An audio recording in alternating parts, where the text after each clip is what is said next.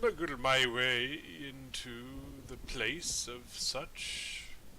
When I press the M, it says I am in Eliva's house, which is the very first location in which the woodcutter's wife is mentioned upon the wiki, and we shall tell the story of the woodcutter's wife.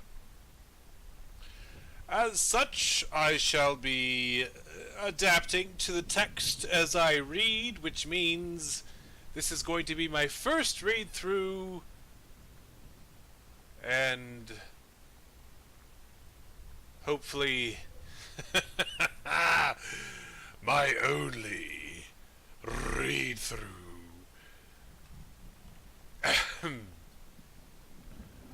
The Woodcutter's Wife, Volume 1, as told by Mogan, son of Molag. Legend tells of a woodcutter who built a shack deep within the pine forest. There he hoped to live in peace with his family. The woodcutter's family lived well for a time, but without warning, the weather turned bitterly cold and spoiled the harvest. Before long, with their meager supply of food all but gone, the family was starving.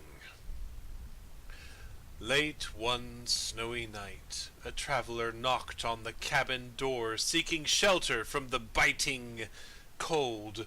Always generous of heart, the woodcutter welcomed the stranger into his home, apologizing that he had no food to offer. With a smile, the traveler cast off his cloak to reveal the garments of a mage.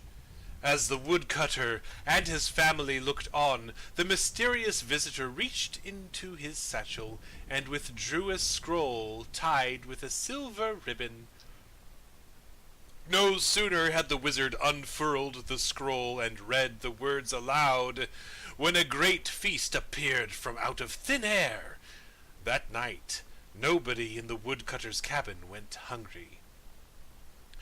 Day by day the snow piled up. Every night the mage produced another scroll from his bag and read the words, each time summoning a new feast. On the 5th night, the woodcutter's wife awoke her husband to confess her mistrust of their magical guest.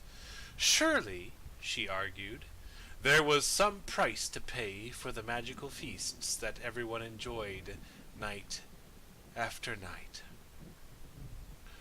The woodcutter would have none of it. After nearly dying from the lack of food, his family was eating well. The divines had sent them a gift, he explained, and it was foolish to question their wisdom. But the woodcutter's wife would not be persuaded. Every night she grew more fearful and more desperate. She was certain that the family had entered into a devil's bargain, and the time would soon come when the mage would ask for something unspeakable in return for his gifts. While everyone in the cabin slept, the woodcutter's wife snuck out of bed and took her husband's axe in hand. She crept into the traveler's room and with one swing lopped off his head. Suddenly, the wizard's disembodied head awoke.